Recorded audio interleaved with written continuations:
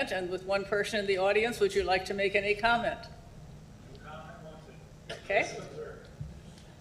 The next item on the agenda is the minutes, approval of the November 20th minutes. Has everyone read them, I trust? Is there a motion to approve? Okay. We have a motion from Zach. Is there a second? We'll give it to Bruce. All those in favor say aye. Aye. Aye. Opposed? Okay, motion carries.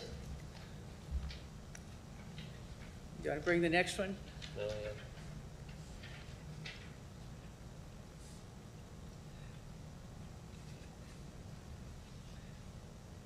And the next item on the agenda is our discussion on what we used to call the Moses List, the most significant structures. We had asked for a way for people to add to this list last time. And we have a staff report then, right? Correct, yeah. So Eunice is going to take the lead on presenting this draft kind of program policy, procedures, whatever you want to call it, with you all. This is meant to be kind of a starting point for a conversation. Nothing, that can't be changed or up to workshops. So hand it over to you, Eunice.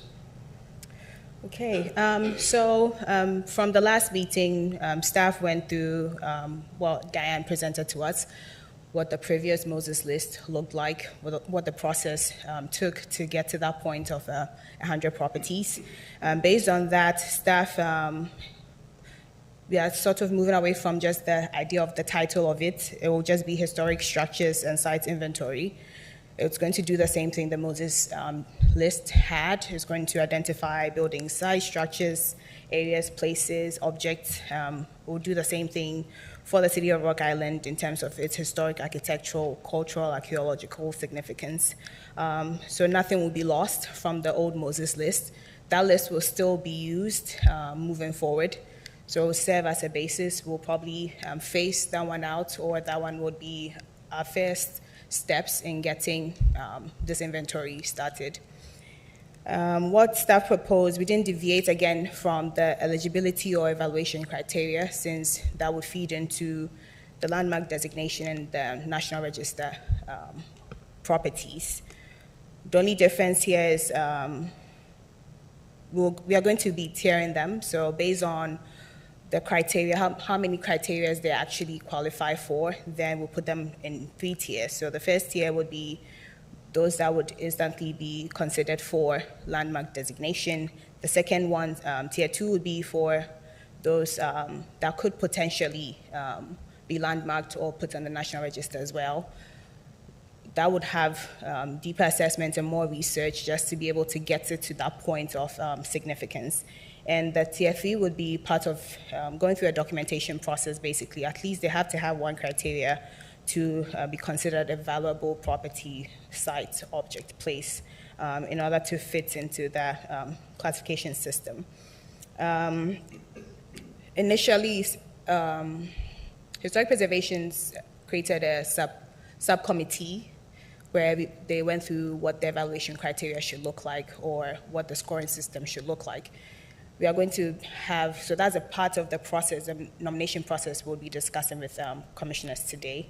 But in that, we also wanted to be, with the Arts and Beautification Commission, we have the Yard of the Month, or Tell on Your Neighbor. With some of these other commissions, it might go through the same process, where if any neighbor, resident, property owner, staff, commissioners see that there's a property within the city of Rock Island that deserves some recognition, would have that included with the structures and sites inventory.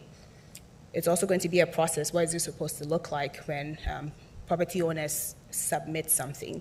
If you say it's significant, we have to give them some evaluation or criteria to go by, so that they'll be able to nominate what they see as valuable to them.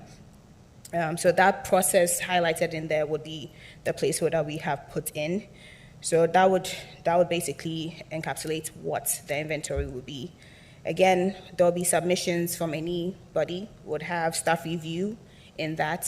Staff would also play a role in basically dwindling down the list or the numbers. We'll take a look at that that would also have to be parsed out to see what that process will look like.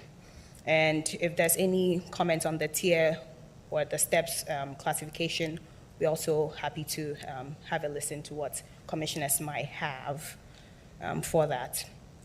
Outside of that, it will be a public thing. We believe if we get more people involved, we'll garner a little more interest from the residents in terms of thinking more preservation, more historic sites within the city.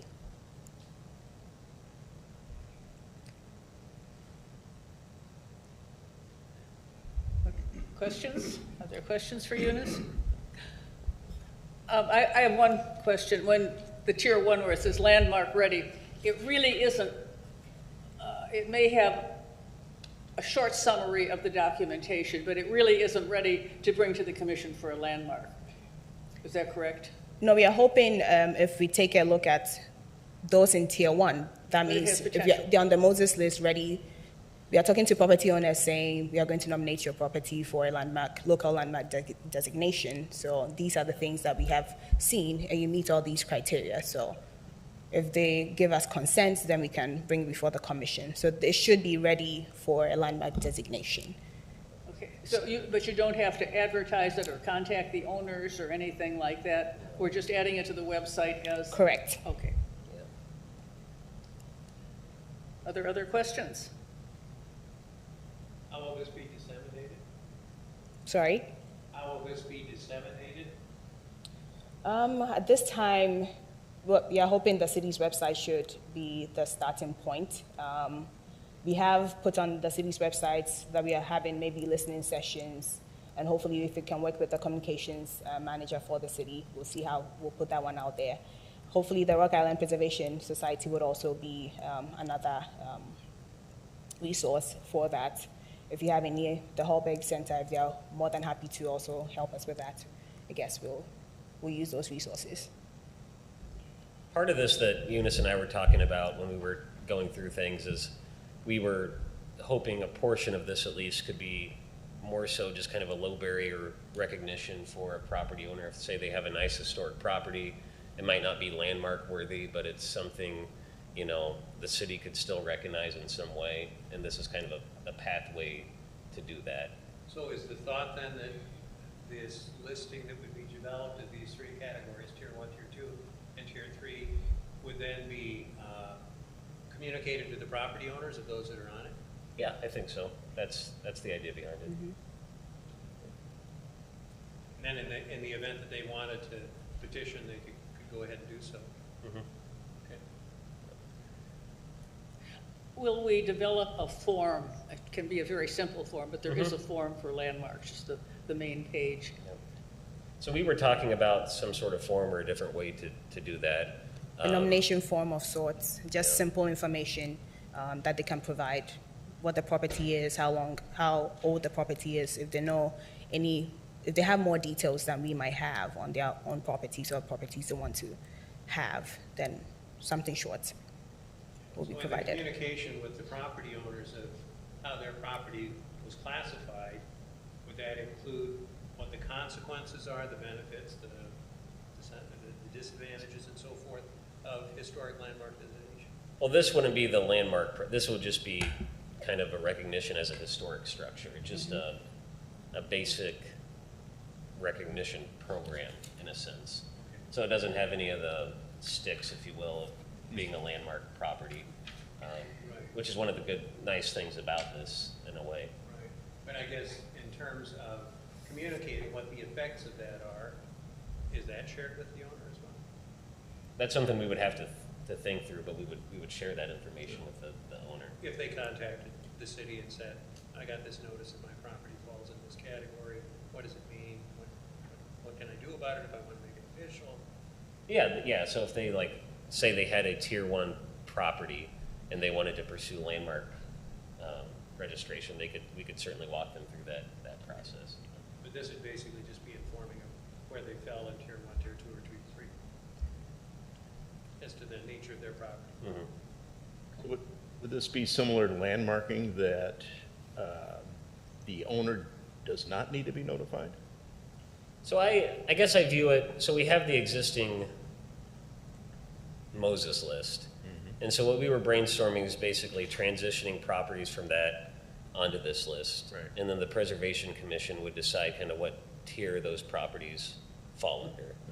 The other part of it would just be a basic nomination process. So in theory, you know, if you're the property owner, you could nominate your own property. Right. If you're another resident, you could nominate that property. I think we would communicate to that property owner, hey, your property's been nominated for this, of course, but it wouldn't be like a consent thing necessarily, or we're needing their approval to move forward. At least I don't see it needing that sort of thing if it's just to recognize a historic structure in the city. We can certainly notify them and let them know what's going on. Like So you said, it has not no to scare teeth- them or anything. no like teeth this is- to it. Yeah, there's no teeth But to I'm it. sure that if someone else nominated your property, that's gonna be the first question. Well, what, how does that affect me? Sure. One thing I just want to say is, you know, glad, obviously glad that we're adding archaeological sites, but if we do have the centralized list online, we probably have to manage that list differently. There are any laws about like locations of archaeological sites.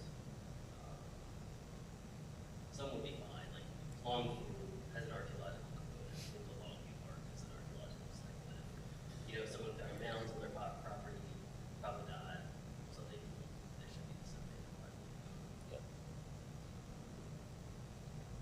I think it can help sell houses when people say, because a lot of times I get phone calls and people want to know about houses. And I'm really happy when it's on the Moses list, because the Moses list has a lot of houses that are not landmarks, that are not 100% significant, but it gives people something to look for, and it gives them pride in their house, or maybe might entice them to buy a house even though it's not a landmark.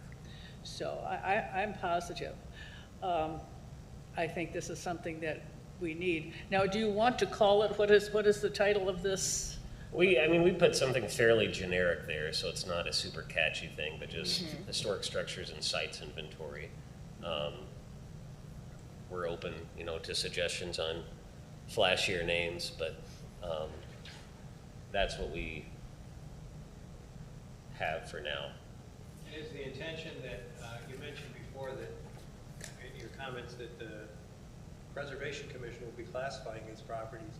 Are we going through these one by one, or is staff coming to us with a report? I'm assuming. Yeah, so I think we would, for the existing Moses list, we would have a, you know, a spreadsheet of those properties and have suggestions on what they should be tiered as. If there are certain commission members that want to take, you know, a batch of 30 of those or 15 or whatever, be happy to divide it up any which way if you want. But that's just one thought. Alderman Parker? Definitely.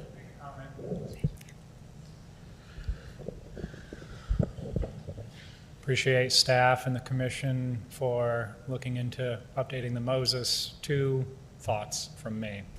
One, just want to connect this, the 2016, I think it is, Heritage Resource Plan that the city adopted, I believe does mention, with respect to the Moses, it called for developing standards or criteria for which properties listed on the Moses be listed on the Moses, or now our historic structures and sites inventory.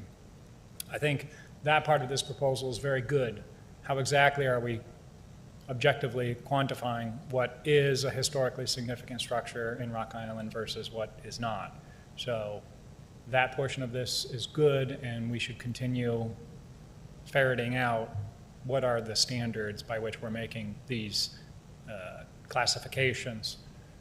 And I like how it connects to the 2016 Heritage Resource Plan. I'm glad that that plan is not sitting on a shelf collecting dust, but we're implementing parts of it. The second thought that I have, I've always envisioned Moses as the pipeline for landmarking. I wasn't here when Moses was created, but it occurs to me that the significant part of Moses is unprotected, right? These are historic properties that are of significance, and yet they are unprotected. highlighting that, similar to like Landmarks Illinois' 10, or the National Trust for Historic Preservation's 10 unprotected sites or at-risk sites, whatever they call them, across the country or state. And so, for what it's worth, my suggestion is not necessarily thinking of this as a landmark light system, where we recognize, without it being landmarked, historic structures, but a mechanism to aggregate historic properties in our community that are unprotected and focus our efforts at getting protection for these properties done. And so, like, the Moses list to me is less a recognition and more so a checklist of properties that we should be prioritizing, reaching out to property owners, explaining the benefits of landmarking, and encouraging, that process. I think between the conversations at RIPS and what I'm hearing here at the commission, it's always a matter of who does it, which is the challenge. We've got 100 properties on the Moses, and going through them one by one, reaching out to property owners, tiering them, et cetera, is work. And staff has plenty to do. I recognize that. I know that from being on city council, and others do too. So I would encourage the commission to continue thinking of this as a pipeline for landmarking or National Register registration, and not necessarily as a landmark light process. Thanks. Any questions for Dylan? Okay.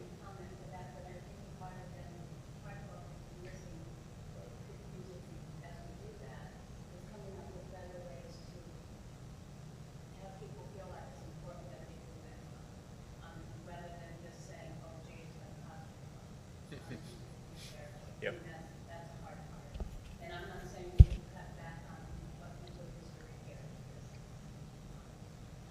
But I am saying that I think that that's the next step in this at some point, to try to think about whether it's through, I don't know, recognition parties, who knows what, but having people think, making sure people think it's an honor. And I don't know that just telling them that the house is going to do that. Maybe that's preservation will look like, preservation society will look like, come up with better ways to make a big deal out of historic concepts.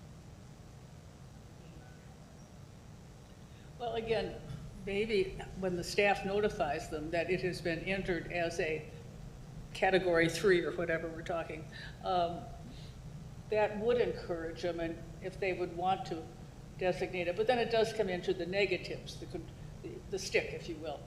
So, but that's a good point. Well, I really do like your idea of pipeline to landmarking, and I think as you notify, somebody about it, you give them information on landmarking and advantages of landmarks and the process to do it, just to help encourage that. So. Is there a fact sheet out there that we can send or I think we have generated a few fact sheets. In fact, I think Alan did one for the county, and maybe for the city too. But that, my question is too, this is making sure that people who have landmark status, there are advantages to encouraging them to redo their house. Like, for example, some of the things that the city does provide help people to get some of these things fixed or changed. Those resources would, I think, whether you're in landmark status, that means you can access some of the things that most people cannot. I think that goes all to that process. But I don't know if we have anything like that. Yeah, I'd say there's multiple steps in the process, obviously. In the first, we're kind of at the step 1A maybe. We've got a Moses list. We need to go back through it and review what is still appropriate. And I think the tier 1, 2, 3 categorization makes sense. And perhaps there's a subcommittee of the commission that should be created, which raises maybe Open Meetings Act-ish questions as to if we get 3 commission members together at a time to review the Moses list, is that a public meeting? Yes. Okay, that's what I'm afraid of. So in terms of the staff support for another public meeting, that becomes somewhat problematic. But I think it would be should be appropriate and necessary. And I think we've got other resources that are out there, like the Jacobson study that was done, that provides a ready-made list of potentially contributing structures to neighborhoods, or the old Chicago plan that's out there, some of these CLG reports. So we've got a fairly extensive list of properties and addresses that we could review that will take some time to put them in tiers 1, 2, or 3, to be able to report back to the commission as a whole. And then subsequent to that, it's okay, how then do we provide that information to the owners of those properties, identify who the owners of those properties are, which is time consuming as well, which I presume either the commission and or RIPS could play a role with. And then it's then the outreach effort to say, okay, now you have this property that fits in this tier, and it's important from a public grant or public perspective. Would you be inclined to take the next step and support a nomination or nominate it as the owner of the property or not, which ties into a fact sheet, which also ties into a step of what are the potential incentives, which right now they're fairly minimal, unless it's an income producing property, unfortunately. So we've got, multiple steps to go through. We're at kind of, like I said, 1A, and I'd certainly be willing to participate in a subcommittee to go through the list. And if we would establish the subcommittee, I don't know how many are totally on the Moses list, but maybe we'd say at one meeting you do 30, or see what's a manageable number, because nobody wants to be on the subcommittee if you've got to do 200 at one time in one meeting. Mm-hmm. Yeah, I think that's something we can plan out and maybe have something at our next meeting to discuss what that would look like, and have an action item on there to form a subcommittee for this project, if that's the consensus of the commission to do something like that. Applaud staff for Yeah. the work to put this together. So I think that's a good idea. Yeah, Eunice put a lot of work into this. Well, so. should we first sort of approve, this is a draft program, I mean, we need to approve that, and then if that's approved, then we have the subcommittee evaluate the current ones based on this. I mean, we have a lot that are already landmarks, Mhm. Yeah, so we can bring back an action item to the commission at our next meeting to Okay, approve a little cleaner version of this. okay, that makes sense. I think somewhere in here, it says delete buildings that have been demolished. I have mixed feelings about that, because sometimes people want to read about the villa or Old Lincoln School, but maybe put that in a category, demolished. But when people are doing history about certain things. I will say when I do reports in this area, I'll use the Moses list, so I would definitely consider. You use that, yeah, Yeah, good, good. yeah. So basically, we'll bring this back next month then. And do you want to make any recommendations for changes as they clean it up? Over the years, we may end up fine tuning it, but I think it's good. A lot of effort went into it, and thank you. Okay. Very good. The next item on the agenda then is landmark certificate. Have you generated a certificate? Eunice has a couple. I didn't go to school for graphic. Okay. This is just, Do you have any on the G drive, Eunice, that I could pull up? Is it in the meeting folder? yes. Okay.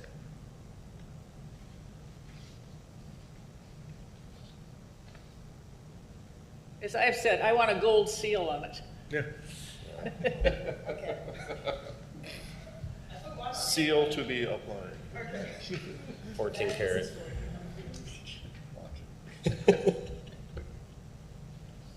Oh, Comments.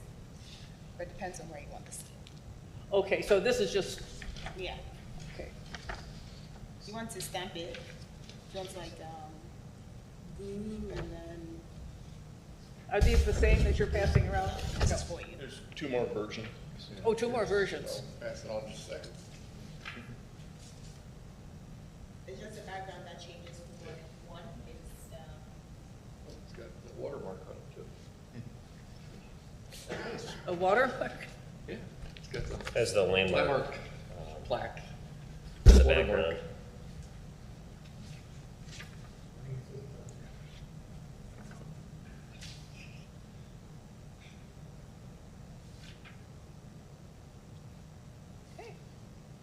Remember when the internet was easy and you didn't have to worry about abuse?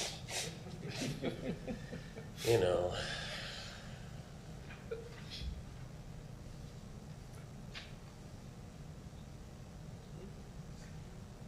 This is probably the most contemporary looking. mhm.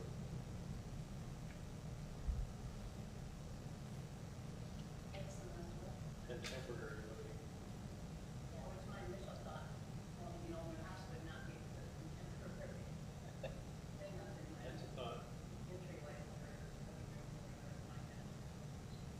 It'd just be the decorations of the Oval Office that got me kind of turned off of where the fuse. Oh, turned off the gold?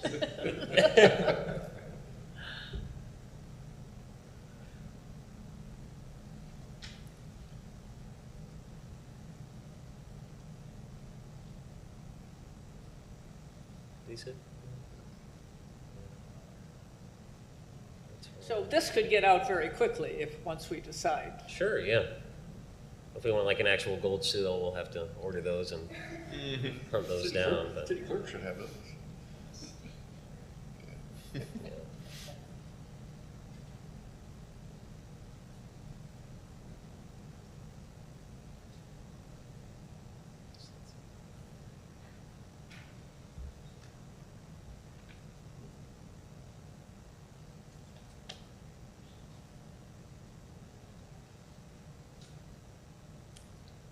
Kind of like the So what kind of parchment paper. comments Kind of like the parchment paper, the one that's up on screen. would you like to make comments? I said the one that's up currently, I like best out of the 3. Which one? Oh, yeah, this one. Right in front of me. What's the other one the other one, I think I like it better. There's a lighter version. No, I like the one Jeff likes too. A question. Do you think we should have the name, the Smith House, located at, should we give it the historic name? No. I think Yeah, so. I think so. Like, as long as it makes sense. Do they all have names? Do the other ones have names? I think nearly every house has a name. And if not, then we leave it off. But, Did you say this is certified? well, do we want to vote on which one we like?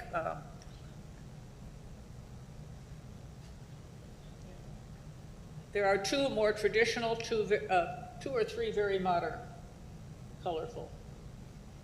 And maybe we can limit them by saying who likes the traditional and who likes the modern, and then fine tune those. Is there more than 3? I saw 3 through 3. the background just changed for some of them, and then. Oh, there's the fonts this. also have that things once again. Well, that's the Contemporary. more modern one, Yeah, I would vote for one of these two. lighter one. That's just a font difference. Yeah. Yeah, I like that. So it sounds like this one is the one. Do you want to say which one you like? And I think we all like. we all like this one? We all like the one on the screen. Okay. Okay. All in favor? All right. And where are you going to put the gold seal? Wherever it's normally put. I don't know. Bottom right, I Well, think. when you get a certificate from the city council, declaring Preservation Week, there's a nice gold seal on it. Blacks? Just nobody. I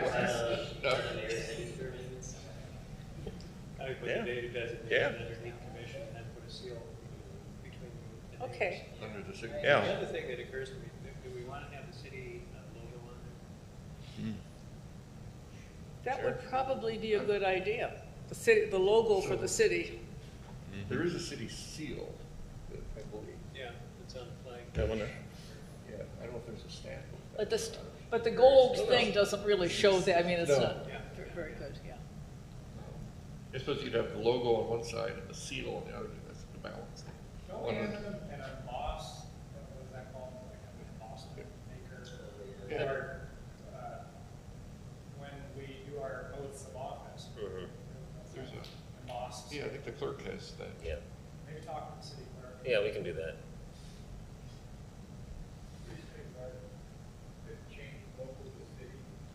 Well, what I was going to suggest is that having a logo on there someplace, I think that you want to, the logo has City of Rock Island on it.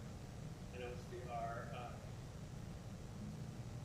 yeah, it's got Rock Island, Illinois in there, just like we got on our agenda here. You could probably have that either above or just below local landmark designation. And then leave off the city of Rock Island, because that would be, Right, to be redundant. But it is a local landmark, it's not an actual. right, it is a local landmark. Sorry, I thought me on here, you meant to go up and comment. Oh, Sorry. Well, if we don't have any more discussion, we can ask Eunice and Tanner to do it again, Yes. with taking the comments into consideration. Did somebody else say something? Zach was going to say something about this line, this is the set of. This certified that the property located at address, and then say like, known as this house, known as this house. Yeah, the landmark name. Yeah, the Right. landmark name, that way you don't have to have like two separate lines. Is that enough for you to work with, Eunice? Yes. Okay, we'll hear this next month then. Thank you, again, thank you, staff, for doing all this. And, oh, new landmark plaque, have you given it any thought? Jeff, Staff? are you looking into? Unfortunately, I've made absolutely no progress.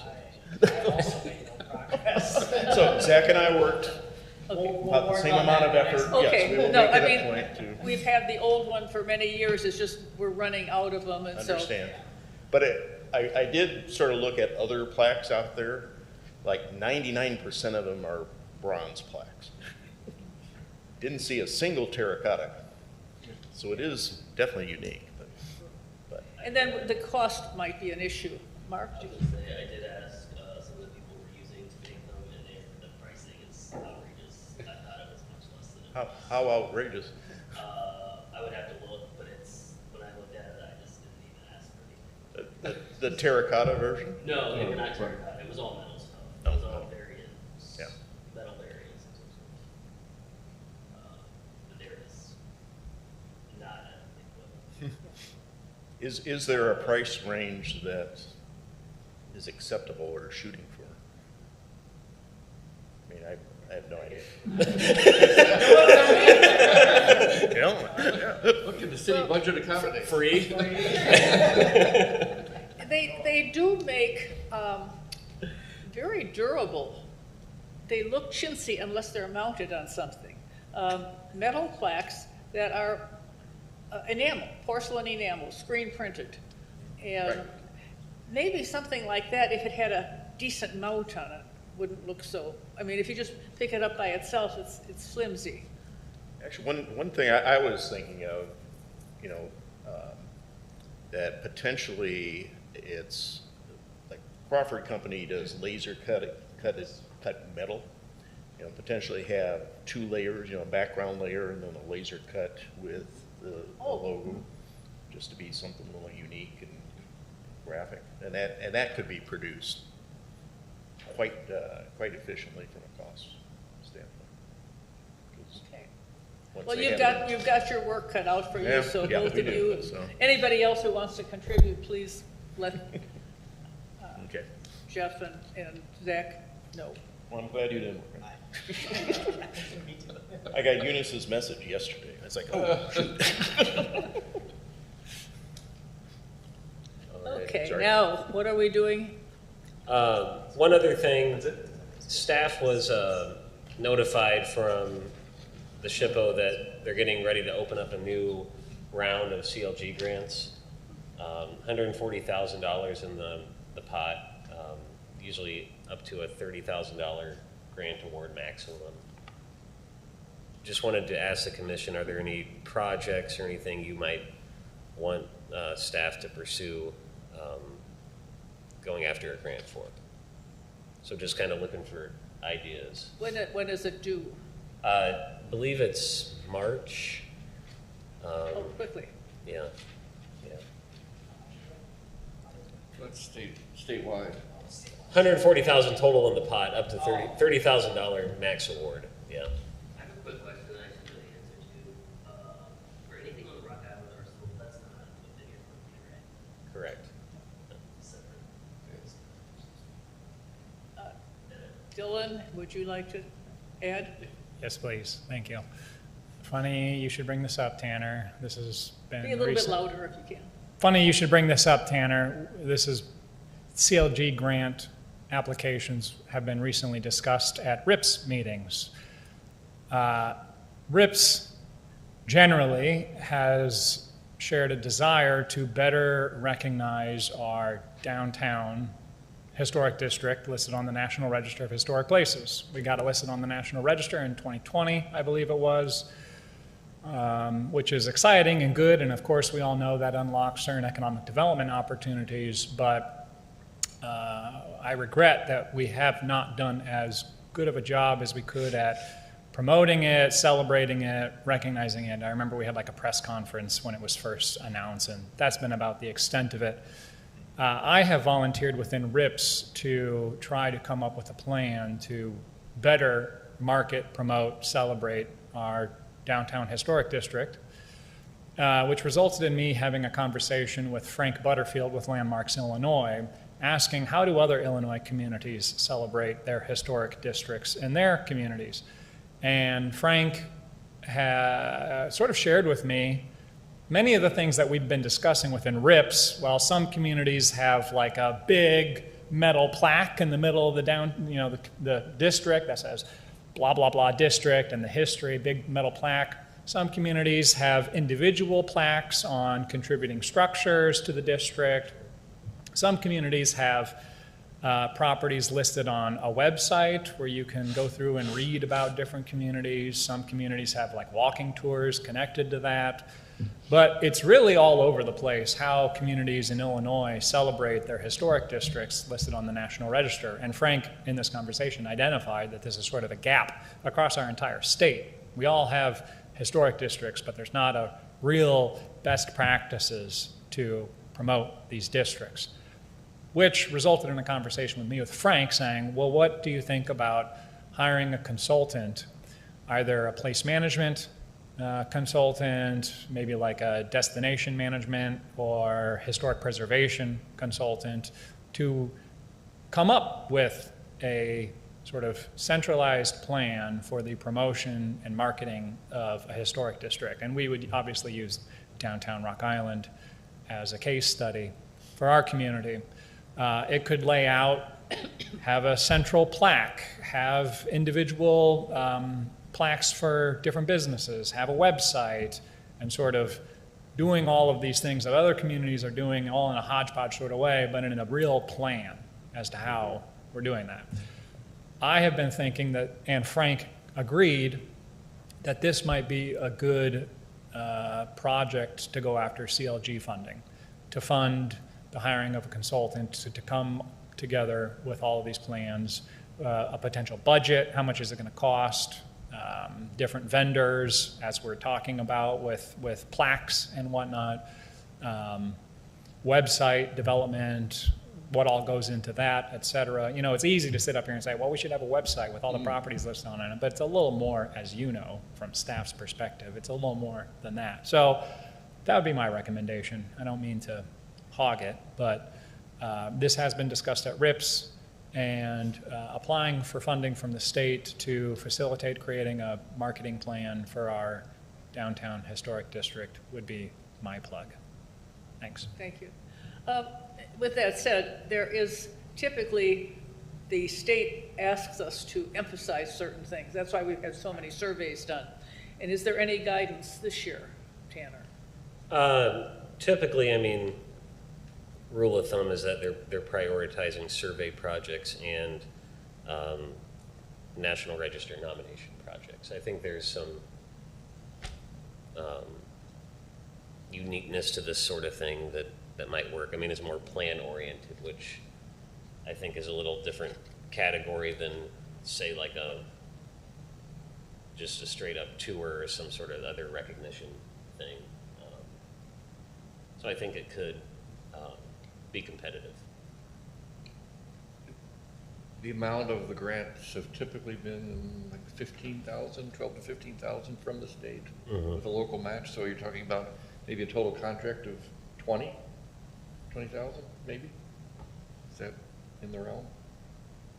Yeah, around that. I'm thinking then to build on the downtown, but broaden the focus so that it's a branding, marketing, appreciation, recognition of National Register District downtown Rock Island, but also of Highland Park Historic District, the local landmarks, and the process for promoting those as a package instead of not just downtown, but downtown as the core, but historic resources in Rock Island branding that could be used as a template for others across the state.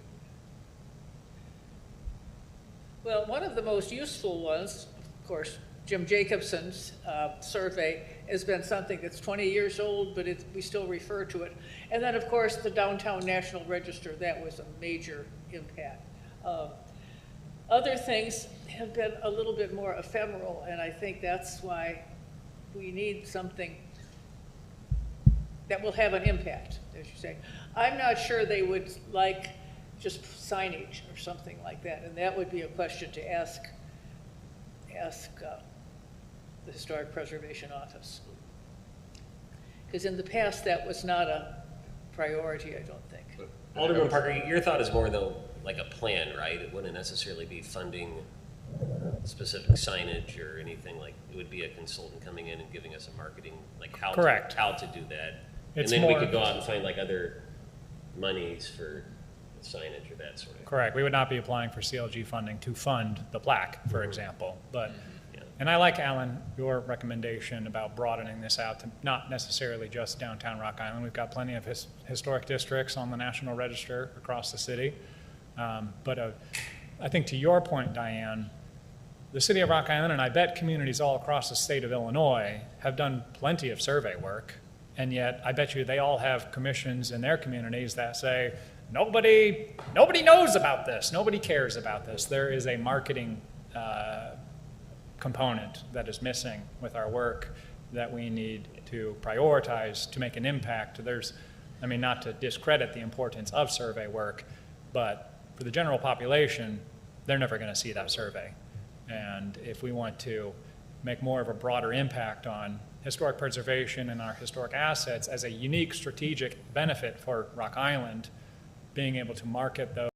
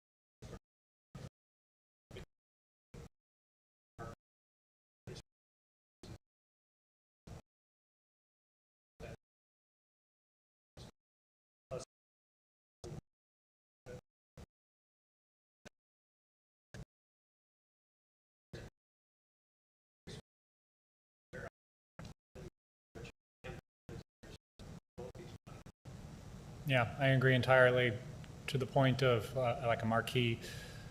I was in downtown Dixon this past fall for Illinois Main Street's annual conference with Jack Cullen. And right there in downtown Dixon is a nice sign that shows the historic properties, right? But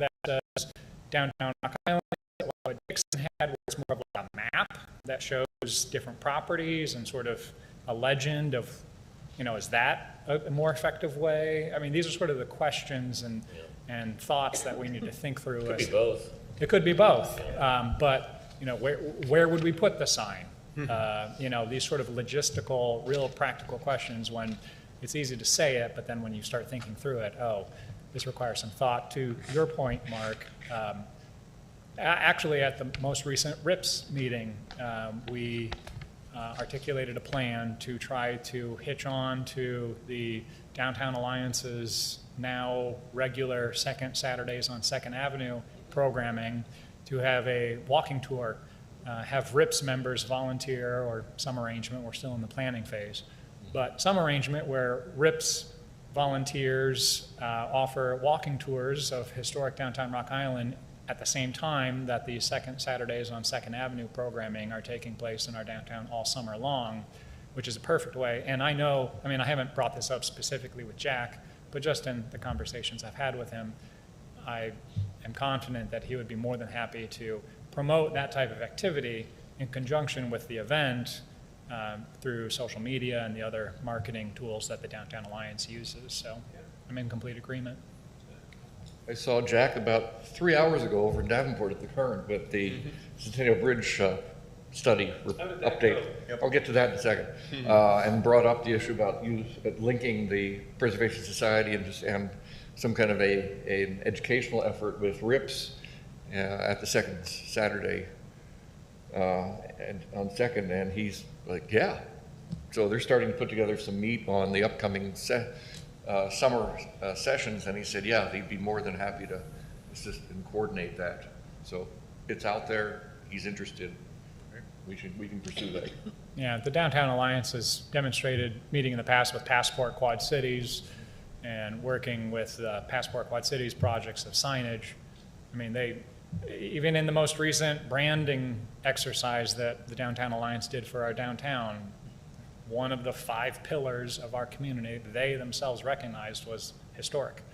So I think that they're going to be a strong ally in this effort. Thank you. So, Update on the Centennial Bridge, if that's your, Sure. if most you're open to people get that. over there. No significant changes. It was really a presentation of what was given to the Citizens Advisory Group at the end of October in terms of the alternatives that were out there and the process, with 2 exceptions. They have deleted 2 of the alternatives design options, one of which is the demolition of the existing bridge and replacement in the exact same alignment. That's off the table. And the other one that's off the table is the 13th Street to Warren Street configuration They alignment. down to 4 now? They have that on the project website, No, not yet. Oh. It was on their boards over. Yeah, I was in curious if Davenport. they had It will show up. They said it on after the this website. meeting. After this. Yeah, I It will be was over there at some point. So they're down to the 4 alternatives. Oh, no. Yeah, there's- No, they're down to do nothing, renovate, Twin structure, the twin structure, and one northbound, one southbound. maintain, enhance, and have a second bridge. Yeah, and then the other was, there was another one with the existing bridge structure, eliminate the arches and rebuild basically from the deck up. And then the other new alignments continue to be Marquette to 11th Street 11th. Marquette. And is that it? I think that was the only- Eliminated the one that was Brady to 18th. Or 20th? Yes, that was 18th. Yeah, okay, yeah, which made no sense. So they've eliminated 3 then of the new structure alignments and maintained the others for consideration. They said they would be presenting later this year the preferred alternative, and they expected another Citizens Advisory Committee and Technical Advisory Group meeting in probably April, depending on how the process moves forward. And they're taking comments on the plan until February 11th to make the official comments that get it reviewed and incorporated. And it's on the website then? Are It these will be. alternatives? It will be. Yeah. I think it'd be a good idea for this group to reiterate its concerns about Right. the historic character, the iconic character, and the transportation link, which I think would create the strongest argument. Not to mention the one that doesn't seem to get mentioned a great deal, and save the states $200 million, probably at a minimum. Yeah.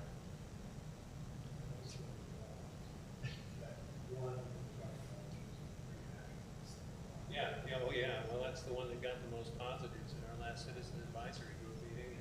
Which one, Mark? The rehabilitation of the existing structures. Yeah. As opposed to, which would involve painting the bridge, as well as doing some enhancements to the bike and hike connections, possibly reinstating the western bike and hike trail that isn't currently open, but basically maintaining our structure. And it requires some access changes too. For the western Right. bike and hike, right? Just So do we for, want to do that, to have the commission provide that? Act on that. I'd be happy to work with Diane. If this group wants to authorize us to reiterate that, it would be nice to come from the commission. They heard a lot from me. I think that's fine. You're working with me because I'm chair, but I think you and Alan have the expertise Yeah. right now, so that would be fine, yeah. And we could send a unified message, if you will. Alan, would you interested? Yeah. Is everybody okay with that? Do we need a motion to approve? To We approve can this just- action? Well- Yeah. before that, I'd like to make a request to tack something else onto it maybe, or two separate action items. I don't know if it matters. But as probably we are all aware, one of the ideas in favor of relocating the structure is the potential of opening up land in downtown Rock Island, currently where the bridge and infrastructure is, for redevelopment. I've heard that from some stakeholders in downtown Rock Island, that if we move the bridge west, then that opens up real estate for development. Also takes the traffic away from downtown. No, I'm not here to defend this point. I'm just saying that that is one of the arguments in favor of moving it. In response to this, I have asked, as a city council member, I asked the city manager for the city to consider hiring an engineer to perform an analysis of exactly how much land we're talking about. I'm very skeptical that by moving the bridge, we're really going to get a lot of land to develop. But if the argument that moving the bridge is opening up opportunities for economic development because of land availability is one of the arguments that is pushing this decision towards moving the bridge, perhaps it would be wise for us to have an actual professional opinion as to how much land are we talking about that would actually be made available for development. So I've asked the city manager to consider hiring a firm to perform that analysis, to get us actual objective data to help contribute to making this decision. I'm open to commissioners' thoughts on this, and if the commission would also recommend that action as well. I guess my concern is we've got so much empty land in the downtown already. What would the advantage be? And if you redirect the traffic away from the downtown, from the Iowa side of the river, you just basically killed off the goose and laid the golden egg if you're trying to do development. So my whole reactions to that, Dylan, my first, just kind of gut reaction would be to say, I wouldn't make a lot of ado out of nothing on that one, because it does strike me as being kind of a flimsy argument. If people wanted to develop in the downtown and they're looking for land, just drive through it. Right, It's all over. Right. I hear you. And there's property west of the bridge that's available for. The second thing is too, I think that the bridge, you're actually going to be knocking down or buying up the property on both sides. Instead of, so losing properties on both sides, it's down to 17. Yeah.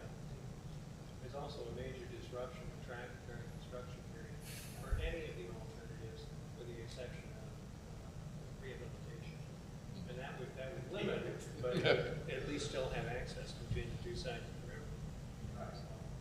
I would think from this commission standpoint that, as we put on the record resolution from last year, that we are in support of maintaining and improving, painting and enhancing to some degree the existing bridge and not losing that historic iconic structure. I don't think that viewpoint has changed any. But I think that by the same token, it probably makes sense to have some analysis to provide real information about if the bridge was to be relocated, then it's only this amount of land that potentially would be available, which is meaningless given the cost of losing the iconic bridge and the cost of a new bridge compared to renovating and rehabilitating the existing one. So I think there would be certainly some utility to that analysis. Tie into that one of the comment with the 11th Street Marquette alignment on the Rock Island side, they're not sure yet whether it would be an at-grade intersection coming off the bridge at 11th Street and 5th Avenue, or whether it's an interchange, or whether it's some other configuration that takes up a fairly significant amount of land to even make that happen, and the cost associated with that. So that doesn't lend itself to that alternative in any meaningful way either. Well, would this group be in favor of a motion to direct the commission chair to send a letter reiterating the position that we had taken a year ago and reemphasizing that based on the studies that have been done that indicate this is even more Is that a compelling? motion you were making, Mark? I was just asking if it was, and if that's the sentiment of the group, they consider it as a motion made. I will second. Did Jeff second? Any further discussion? All those in favor, say aye. Aye. Opposed? Okay, thank you. Yeah, Thank you for so- volunteering, and I will sign it, that you guys are doing the work. We'll coordinate. Yeah, what was the deadline on that again? February 11th. February 11th. February 11th, okay. And I assume they're gonna have who these should be addressed to. I know they've had an engineering firm that's been Design, coordinating. no updates on that. Sorry, Mark. Who's the input being directed to? Are they gonna include that in the website? Yeah, it's on the centennialbridge.com web. Yeah, centennialbridge.com is where but we've got. You we've two got can the email communicate, yeah. Connections through the CLG anyway. Yeah. CAG. We can work through Tanner. Yeah. Thank you, thank you. Any other business? Okay, I would like to bring up a couple of things. Broadway is going to have a Mother's Day tour. If anybody here wants to work on the Mother's Day tour, let me know. And Bye, everybody. it's the same one we had last year, but we're doing it on 23rd Street, the original Broadway. The other thing I have, some of you took advantage of it last year or 2 years ago, free memberships to National Trust. If you're not a member, you can just sign your name here. If you've gotten it before, it's only meant for 1 year. So if anybody wants to join, Already a member. you already, everybody's a member. Well, that's good. And then I promised I would make an announcement. This committee that is working primarily at Butterworth and Deer Wyman, although I'm involved in it, wants to announce that the first session of Understanding Historic Preservation will happen on April 16th over at the Deer Wyman House. And that's a Thursday, it's 4 to 6 p.m. And they will have Is This Original? Tips for Investigating Historic Architecture. This is actually a video. But then there is a time for discussion and they will have snacks. So they will put a website out, which is not out yet, where you can register if you want to go.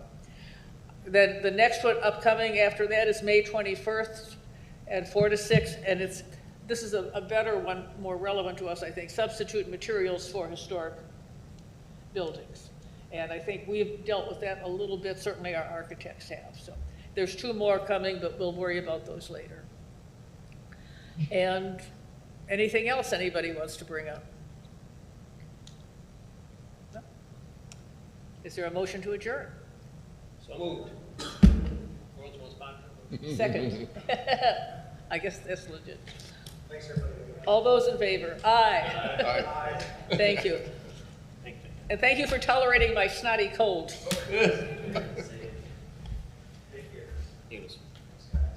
City of Rock Island's had a bowling meeting on the same day, now I got to go to film. We'll see you guys. Thanks. Okay.